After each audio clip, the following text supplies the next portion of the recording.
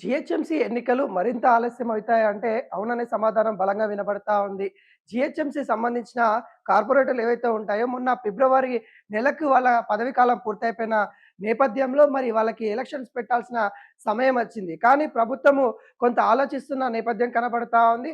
అదేవిధంగా కాంగ్రెస్ ప్రభుత్వం ఇటు రేవంత్ రెడ్డి సర్కార్ కూడా జీహెచ్ఎంసీ పరిధిలో సర్వే నిర్వహిస్తా ఉన్న నేపథ్యంలో ఇటు వెళ్తా ఉన్న పరిస్థితి కనబడతా ఉంది. అంటే ఈ సర్వే ద్వారా ఎలక్షన్స్ పెట్టాలా వద్దా అనే ఆలోచనలో ఉన్నట్టు కూడా తెలుస్తా ఉంది. ఇప్పటికే వీటికి సంబంధించి ఏదైతే గ్రౌండ్ సంబంధించిన ఏదైతే పరిస్థితులు ఎలా ఉన్నాయి హైదరాబాద్‌లో ఇప్పుడు జీహెచ్ఎంసీ ఎన్నికలు పెడితే ఎంతవరకు మనం గెలుస్తామనే వాటిపైన ఇటు కాంగ్రెస్ పార్టీ ఆరా తీస్తా ఉన్న నేపథ్యంలో ఇటు కాంగ్రెస్ పార్టీ మరి ఇప్పుడు జీహెచ్ఎంసీ ఎన్నికలు పెడుతుందా అనే ప్రశ్న కూడా వస్తా ఉంది. అనేక విధాలుగా కాంగ్రెస్ పార్టీ ప్రజల్లోకి వెళ్తా ఉంది. కాంగ్రెస్ పార్టీ ఏవైతే హామీలు ఇచ్చిందో హామీలు నెరవేర్చుకుంటా వస్తున్న పరిస్థితులలో ఈ జీహెచ్ఎంసీ ఎన్నికలు కూడా కీలకంగా మారపోతా ఉంది. రాష్ట్ర రాజధాని అయిన హైదరాబాద్‌లో జీహెచ్ఎంసీ ఎన్నికల్లో ఏ పార్టీ జెండా ఎగురితే ఆ జెండా అనేది కూడా కొంత రాష్ట్రం మొత్తం కూడా వ్యాపించే అవకాశాలైతే కనబడతా ఉంది. కాబట్టి మరి ప్రధానంగా ఇటు 3 పార్టీలు కూడా జీహెచ్ఎంసీలో జెండా పాతడానికి ప్రయత్నం చేస్తా ఉన్న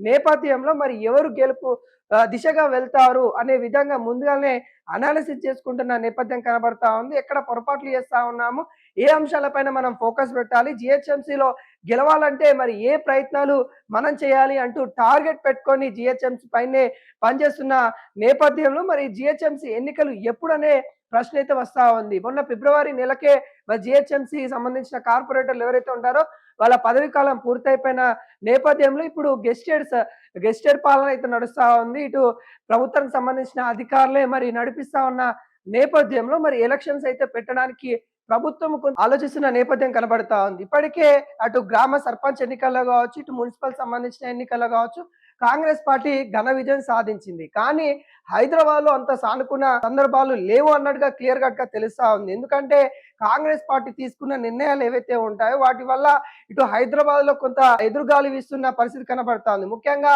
హైడ్రా కావచ్చు, మూసీ కావచ్చు, ఇవి హైదరాబాద్‌లో ఇటు కాంగ్రెస్ పార్టీకి యాంటీగా తిరుగుతా ఉన్న నేపథ్యం కనబడతా ఉంది. ఈ అంశాలనే క్యాచ్ చేసుకున్న అటు బీఆర్ఎస్ పార్టీ కావచ్చు, అటు బీజేపీ పార్టీ కావచ్చు, ఈ 2 పార్టీలు కూడా ఏదైతే కాంగ్రెస్ పార్టీ చేస్తా ఉన్న పనుల పైన ఫోకస్ పెట్టేసి ప్రజలకి దగ్గరయ్యే తీరుగా వెళ్తా ఉన్న పరిస్థితి కనబడతా ఉంది. ముఖ్యంగా మూసీకి సంబంధించింది కూడా మనము మినీ పాదయాత్ర కేటీఆర్ చేయడము, అక్కడ వాళ్ళకి సంబంధించిన అపార్ట్మెంట్లు ఎవరైతే ఉన్నారో అక్కడికి వెళ్ళడము, అక్కడ వాళ్ళకి సంబంధించిన సమస్యల మీద మాట్లాడడము, ఇవన్నీ అంశాలు కూడా జీహెచ్ఎంసీ టార్గెట్ గానే బీఆర్ఎస్ చేస్తా ఉందన్నట్టు కూడా మనం క్లియర్ కట్ గా చెప్పుకోవచ్చు. అదేవిధంగా ఇటు బీజేపీ పార్టీ కూడా దూకుడు పెంచింది అని కూడా చెప్పుకోవచ్చు. మున్సిపల్ ఎన్నికలలో బీజేపీ పార్టీ తనదైన శైలితో ముందుకెళ్ళాలి అన్నట్టుగా ముఖ్యంగా హైదరాబాద్‌లో ఏ సమస్య ఉన్నా కానీ దాన్ని వదిలిపెట్టకుండా ప్రతి దాడి ప్రభుత్వం మీద చేస్తా ఉన్న పరిస్థితి కనబడతా ఉంది. ముఖ్యంగా మూసీ లాంటి ఏదైతే ప్రాబ్లమ్స్ వస్తున్నాయనుకుంటా ప్రజల దగ్గరికి వెళ్ళి అక్కడ ఒక రాత్రి నిద్ర చేసి వాళ్ళతో మాట్లాడి అక్కడ ఉన్న సమస్యలను కూడా ఇటు ప్రజలకు తెలిసే విధంగా ఇటు బీజేపీ పార్టీ కూడా చేస్తున్న పరిస్థితి కనబడతా ఉంది. 2020లో మనం చూసుకున్నట్లయితే జీహెచ్ఎంసీ సంబంధించిన 150 సీట్లలో 40 స్థానాలు ఇటు బీజేపీ కైవసం చేసుకుంది, ఇటు బీఆర్ఎస్ 54 స్థానాలు కైవసం చేసుకుంది, అటు ఎంఐఎం పార్టీ కూడా 44 స్థానాలు గెలుచుకుంది. కాంగ్రెస్ పార్టీకి 2 సీట్లు మాత్రమే అప్పుడు గెలుచుకునే నేపథ్యంలో కనిపించింది. కానీ ఇప్పుడు ఆ 2 సీట్లని ఇప్పుడు అత్యధికంగా సీట్లకి చేయాలి అనే ఆలోచనలో కాంగ్రెస్ పార్టీ అయితే ఉంది. కానీ ఆ ఎన్నికలకి అంటే 2020 సంవత్సరంలో జరిగిన ఎన్నికలకి ఇప్పుడు జరిగే ఎన్నికలకి చాలా వ్యత్యాసం ఉండే అవకాశాలు అయితే కనబడతా ఉంది. ఎందుకంటే అప్పుడు ఒకే సంస్థ అంటే జీహెచ్ఎంసీ ఒకటే ఉండదు. ఇప్పుడు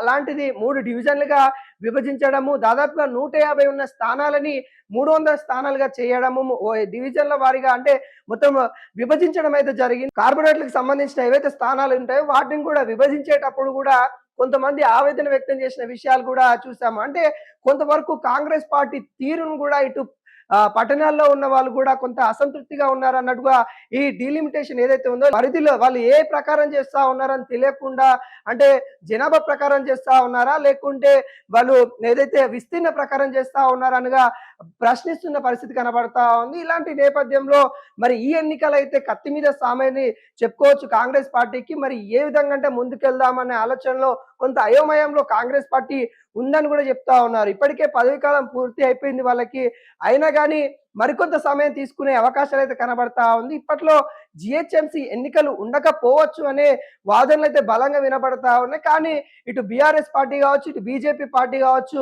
మొన్న వచ్చిన కవిత గారి పార్టీ కావచ్చు, వీళ్ళు కూడా మొత్తం టార్గెట్ జీహెచ్ఎంసీని టార్గెట్ చేసుకొని పనులు చేస్తా ఉన్న పరిస్థితి కనబడతా ఉంది. జీహెచ్ఎంసీ ఎన్నికల్లో గెలవాల్సిందే అనే విధంగా వాళ్ళు కృషి చేస్తూ ముందుకెళ్తున్న నేపథ్యం కనబడతా ఉంది. అయితే రేవంత్ రెడ్డి సర్కార్ కూడా కీలకంగా ఇటు హైదరాబాద్ సంబంధించి కూడా డెవలప్మెంట్ పనుల మీద కూడా ఫోకస్ పెట్టినట్టు కూడా కనబడతా ఉంది. ముఖ్యంగా డివిజన్ల వారీగా ఏవైతే కేటాయించిన బడ్జెట్ లో మనం చూసుకున్నట్లయితే మొన్న జీహెచ్ఎంసీ సంబంధించిన బడ్జెట్ లో మనం చూసుకున్నట్లయితే కార్పొరేట్ సంబంధించి కూడా 2 కోట్ల రూపాయల నిధులు ఇచ్చింది. 1 కోటి రూపాయలేమో ఇటు కార్పొరేటర్ కి, మరొక 1 కోటి రూపాయలు అక్కడ ఇన్ఛార్జిగా ఉన్న మంత్రులు ఎవరైతే ఉంటారో వాళ్ళకి ఇచ్చిన నేపథ్యం కనబడతా ఉంది. మొత్తం కూడా ఈ 2 కోట్లు కూడా అక్కడ సంబంధించిన ఏదైతే ఒక డివిజన్ ఉంటుందో ఆ డివిజన్ కి వాళ్ళైతే అభివృద్ధి కార్యక్రమాలు చేయాల్సిందే అన్నట్టుగా చేస్తా ఉన్న పరిస్థితి కనబడుతుంది. ఈ నేపథ్యంలో కొంతవరకు డివిజన్ల వారీగా కూడా అభివృద్ధి కార్యక్రమాలు అయితే శరవేగంగా జరుగుతా ఉంది. ఈ అభివృద్ధి కార్యక్రమాల తర్వాతనే మరికొంత అంటే కొంత మార్పు చూపించేసి, అంటే కాంగ్రెస్ ప్రభుత్వం వచ్చిన కాంచెల్లి హైదరాబాద్ లో మార్పు అనేది కొద్దిగా తగ్గిందని కూడా మనం చెప్పుకోవచ్చు. ఎక్కడ కూడా అంత పెద్దగా చెప్పుకోదగిన మార్పు అయితే ఎక్కడ రాలేదు. ఈ హైడ్రా లాంటి వచ్చిన కానీ కొంతవరకు మళ్ళీ అక్కడ మధ్యతరగతి వాళ్ళు ఇబ్బంది పడడము, నిజంగా హైడ్రా మనం మంచిగానే చెప్పుకోవచ్చు. ఎందుకంటే ప్రభుత్వం సంబంధించిన భూములు కావచ్చు, ప్రభుత్వం సంబంధించిన అక్రమ కట్టడాలు అక్కడ ఏమున్నా కానీ, ఏ పెద్దవాళ్ళు ఎవరున్నా కానీ వాళ్ళకి సంబంధించిన వాళ్ళకి నోటీసులు ఇచ్చేసింది. అక్కడ ప్రభుత్వ భూమిని ప్రభుత్వం స్వాధీనం చేసుకోవడము, ఇక్కడున్న ఏవైతే అటు నల్లకుంట చెరువు కావచ్చు, ఏవైతే చెరువులు ఉన్నాయో వాటికి పునర్జీవనం ఇవ్వడం మంచి అంశమైనప్పటికీ కానీ అక్కడ పేదవాళ్ళు కొంత ఇబ్బంది కలిగిరు. వాళ్ళకి పునరావాస కేంద్రాలు కల్పించకుండానే ఈ కార్యాచరణ మొదలు పెట్టడం అనేది కొంత కాంగ్రెస్ పార్టీకి ఇబ్బందిగా మారిందని కూడా చెప్పుకోవచ్చు. అంటే మొత్తానికి హైదరాబాద్ లో కొంత మార్పు చూపించిన తర్వాతనే జీహెచ్ఎంసీ ఎన్నికల్లోకి వెళ్దామనే ఆలోచనలో ఇటు సర్కారు ఉన్నట్టు కూడా తెలుస్తా ఉంది. ఆ నేపథ్యంలోనే ప్రణాళికతోని ముందుకెళ్తున్న పరిస్థితి కనబడతా ఉంది. మరింత సమయం పట్టే అవకాశాలు అయితే కనబడతా ఉంది. దాదాపుగా ఆగస్టు తర్వాత ఈ ఎన్నికల గురించి ఆలోచించే నేపథ్యం మీద కనబడతా ఉంది. ఇప్పటికే వీటికి సంబంధించి కూడా కొంత కార్యక్రమాలు అంటే దిశానిర్దేశం అయితే సీఎం రేవంత్ రెడ్డి కూడా ఇక్కడున్న నేతలతో కూడా మాట్లాడినప్పుడు కనబడతా ఉంది. ఎటువంటి మార్పు తీసుకురావాలి, ప్రధానంగా హైదరాబాద్ లో ఎటువంటి మార్పు తీసుకురావాలి, ఆ మార్పు ద్వారా ప్రజల్లోకి ఏ విధంగా వెళ్ళాలి అనే అంశాలపైన ఇప్పటికే పార్టీ పెద్దలు కూడా చర్చిస్తున్న నేపథ్యం కనబడతా ఉంది. అన్ని అంశాలపైన చర్చించిన తర్వాతనే జీహెచ్ఎంసీ ఎన్నికలకు వెళ్లే అవకాశాలు అయితే ఉన్నట్టు కూడా తెలుస్తా ఉంది.